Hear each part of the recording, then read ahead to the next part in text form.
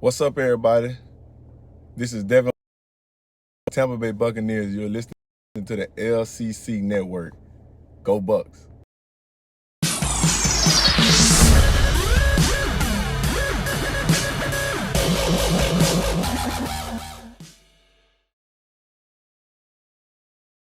Hey everyone, welcome to the Commissioner's Clubhouse and the LCC Network come on, this is our last power ranking episode. This is part 6. This is our 6th division, our last division that we are going to discuss. Obviously, this is our last episode before the draft too, which is exciting.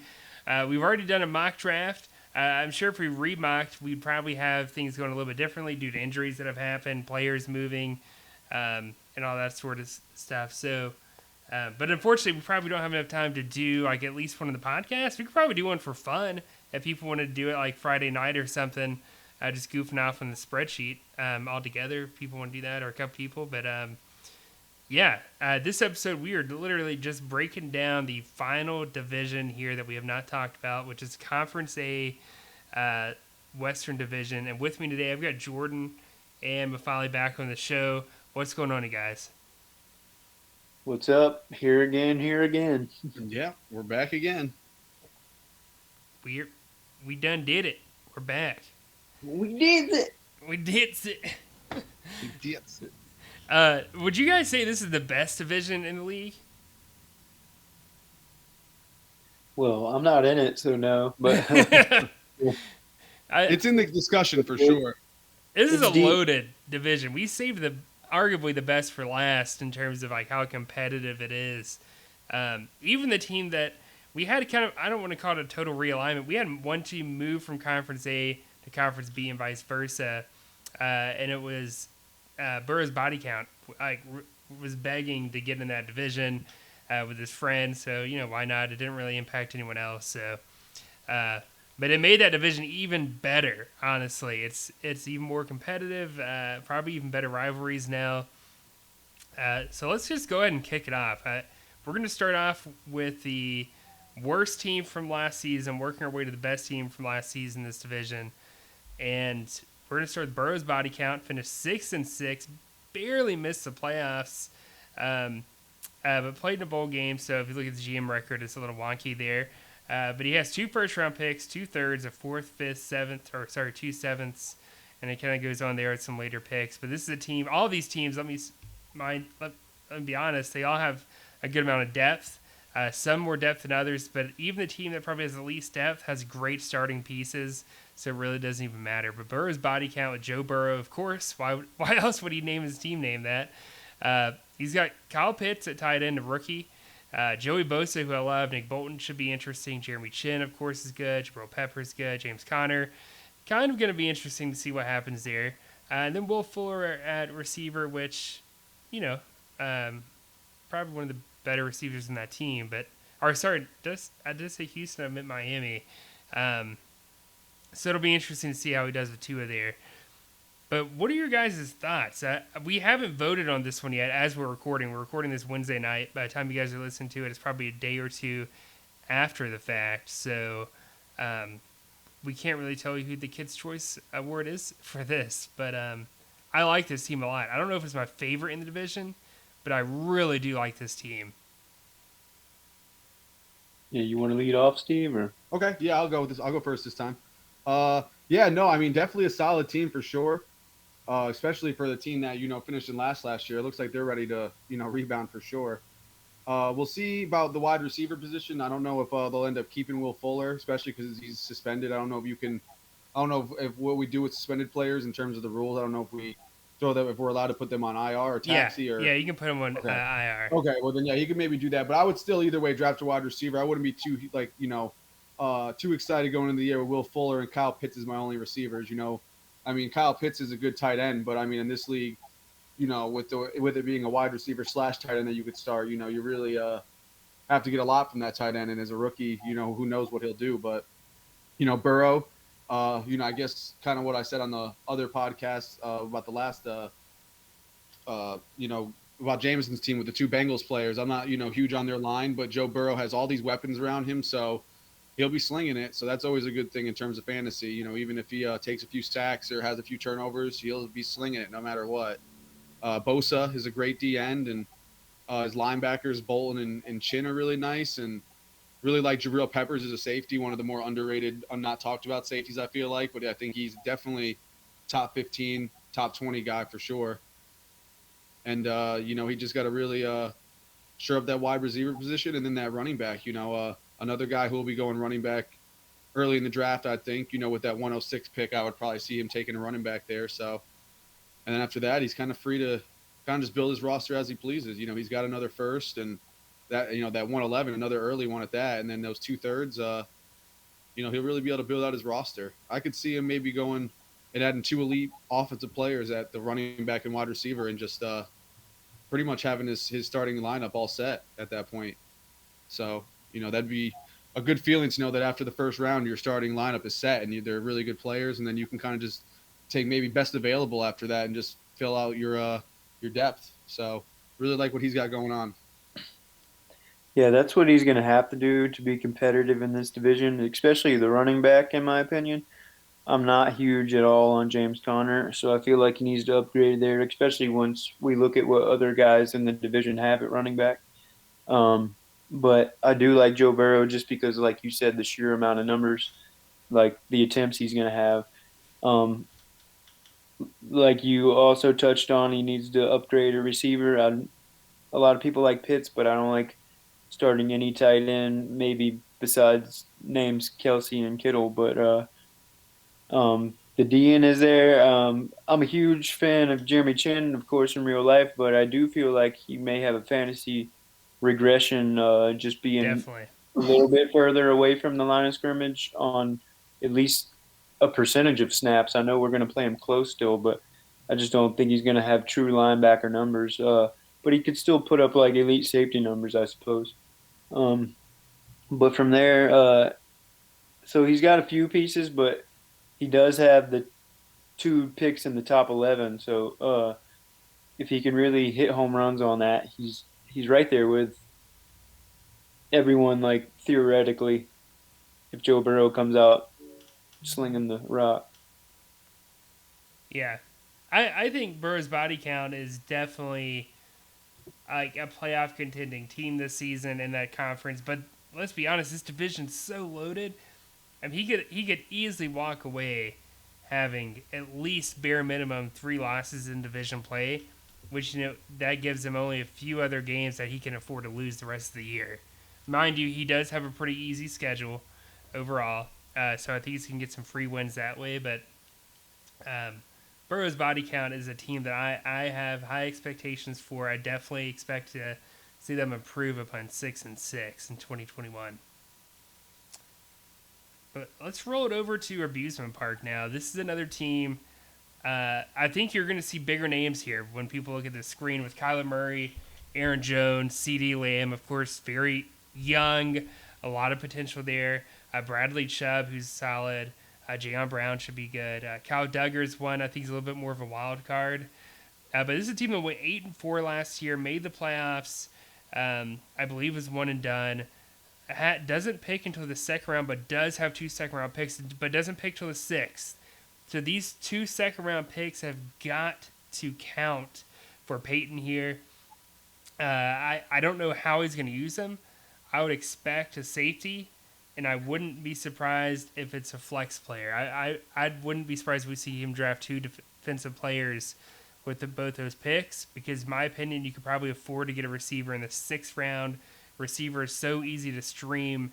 I don't think you have to overreach at that if you see, I guess, stud defensive guy. Because the defensive guys, I promise you, will not last until the 6th round. There's no way that happens.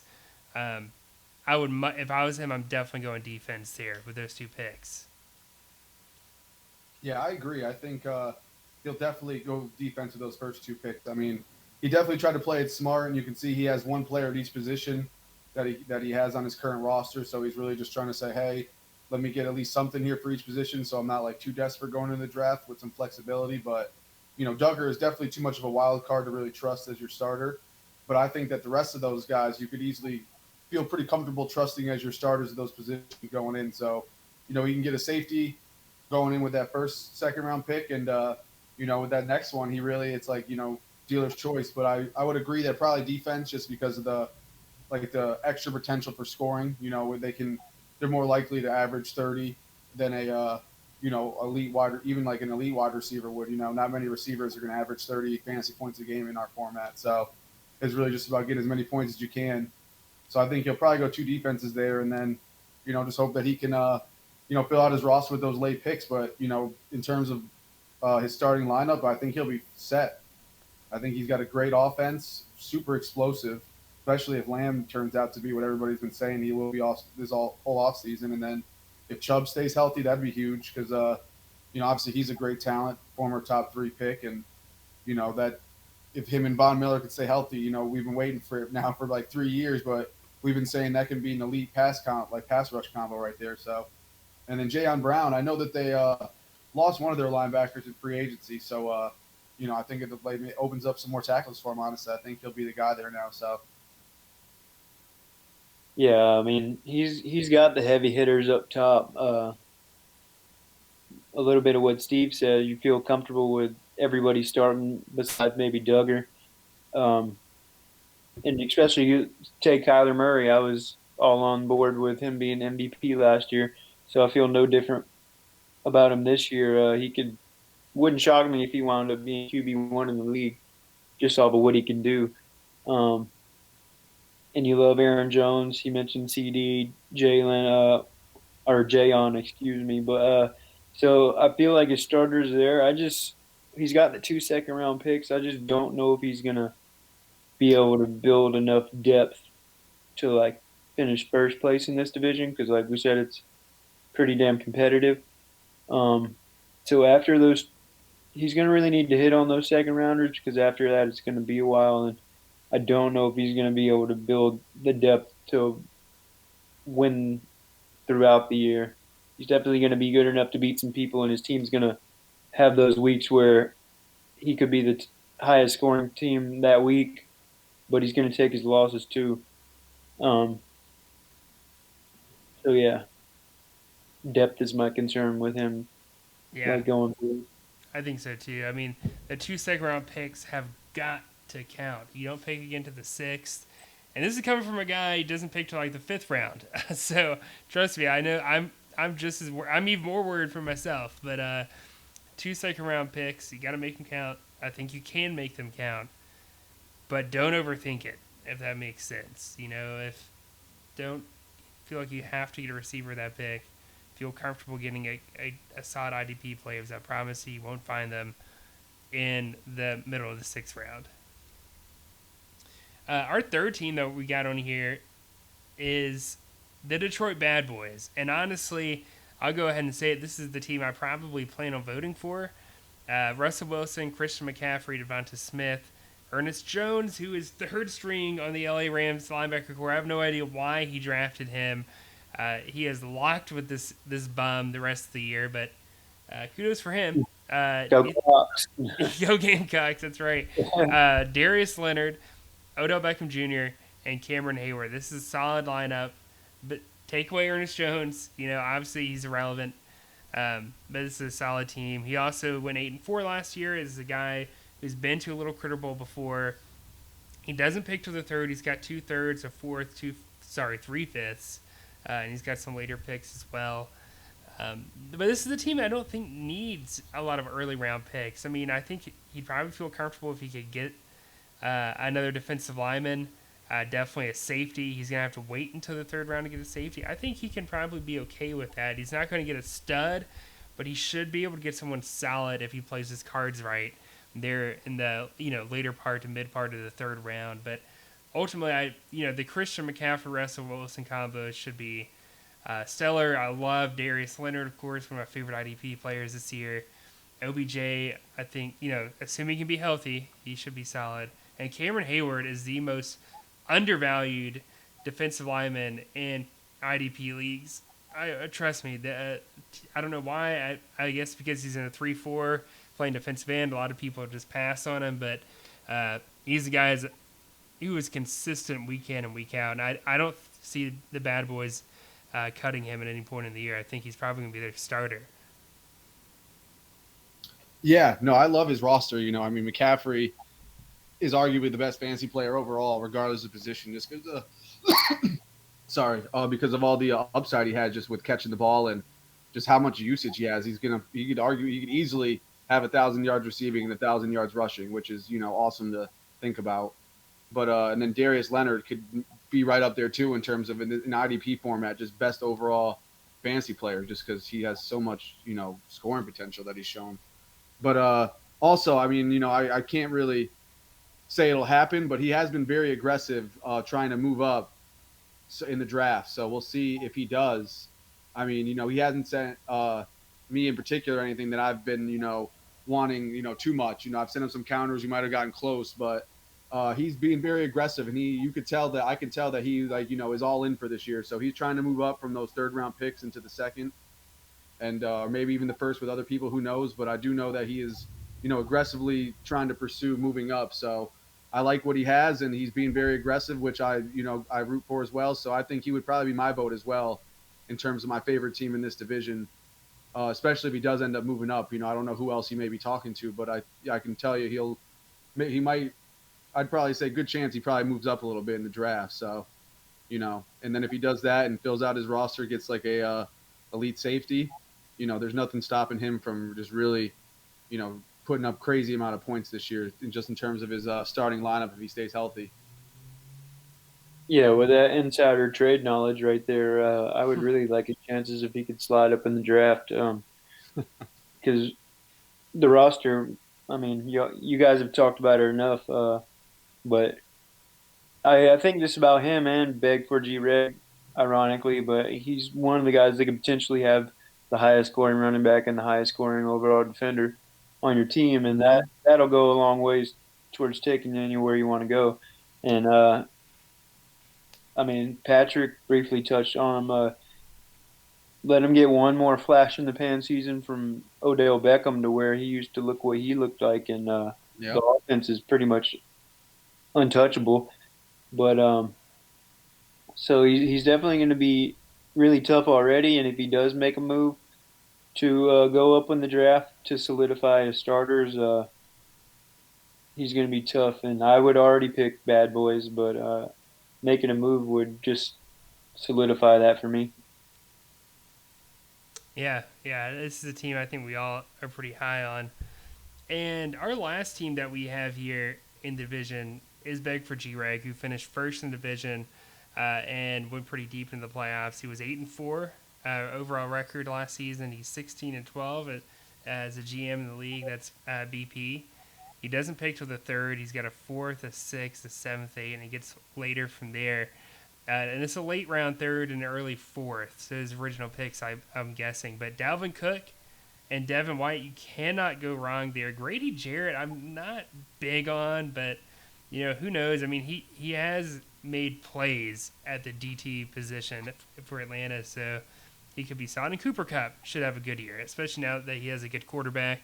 I expect good things for him. But a team that doesn't have a lot of depth and doesn't pick early, that's not a good combination, honestly. I expect if we're picking a team that's going to totally regress this season, it's Beg for G-Reg, in my opinion. I personally value this team probably last place in the division because of the lack of depth. I mean, he needed to get involved in the rookie draft.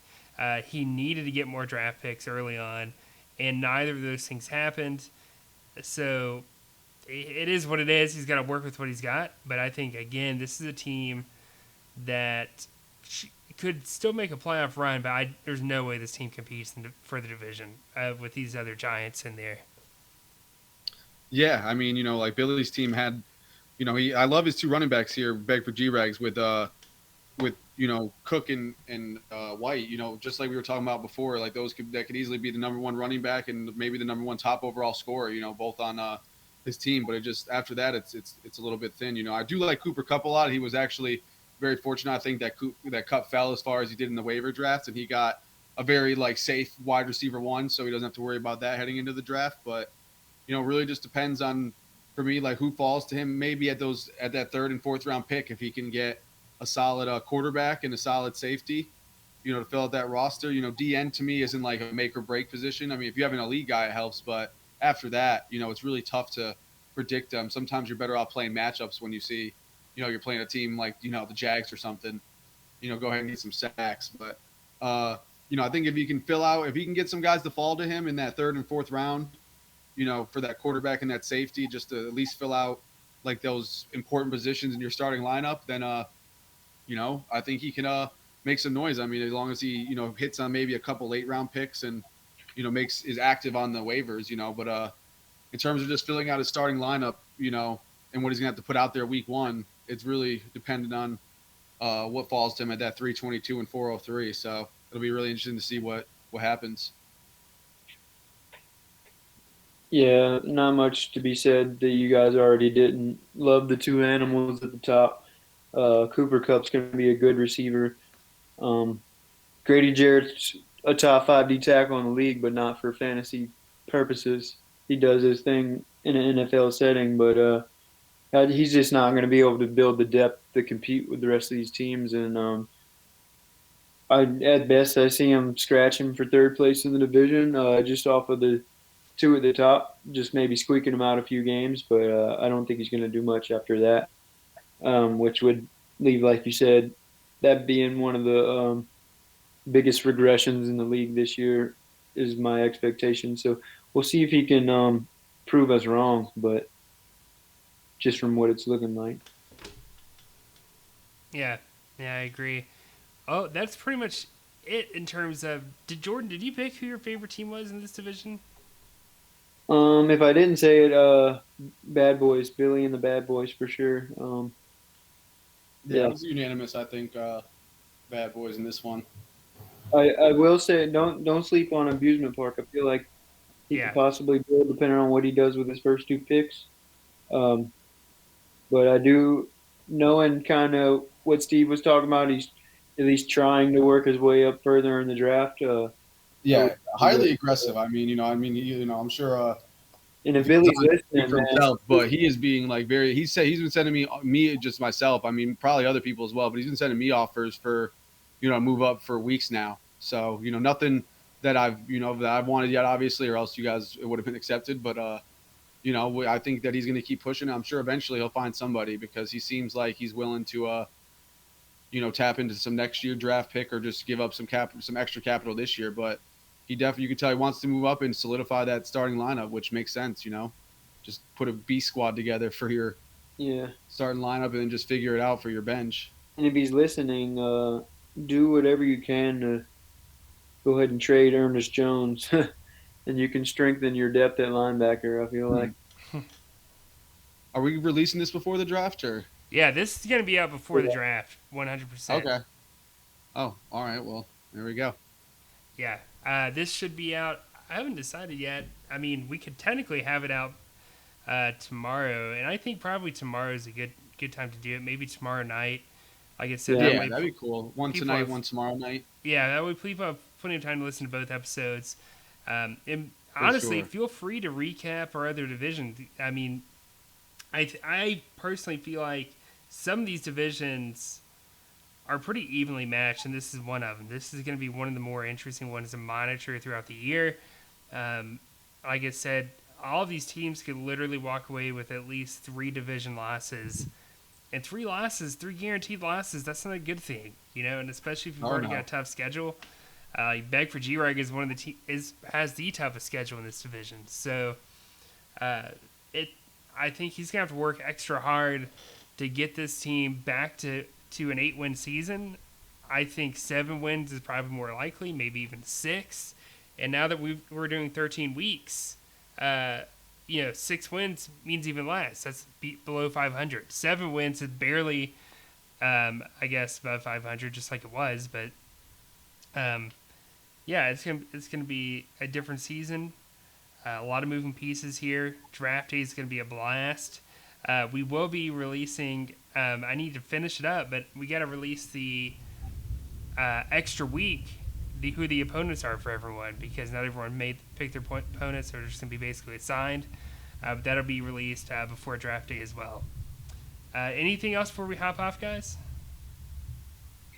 Nothing for me. I can't wait for Saturday and to see most of you guys. Let's have a good draft. Yeah, for sure, man. I'm gonna like I told Jordan, I'm gonna at least video chat in for a little bit. I mean, I don't plan on I'm planning on maybe making a few more trades for the draft, obviously, but I plan on hopefully having all my picks done by like the 4th round, and then I'll probably have to hop off and leave. But I wish I was gonna be there, else I would be totally down to just stay the whole time. But it's gonna be a fun time. I'm hopefully get to meet some people over video chat, and I'm sure you guys are gonna have a blast over there with the pizza from Cody. You can't when you got free pizza, that's it. The party is set. Like pizza the and party's wings. popping. Yeah, exactly. So you can't go wrong. You're set. So I hope you guys have a good time, man. I'm looking forward to it. I'm so excited for this draft. Been waiting for this forever. That's the one thing about the off season, man, is like you can make so many moves, and so it just always keeps you like, when's that draft? It's getting close. So It's been a Yeah. long time coming. yeah, Exactly. it has been. It's fun. So can't wait, man, and look forward to it. Awesome. Well, we'll see you guys draft day. Everyone have a great evening. We'll see y'all later. Later.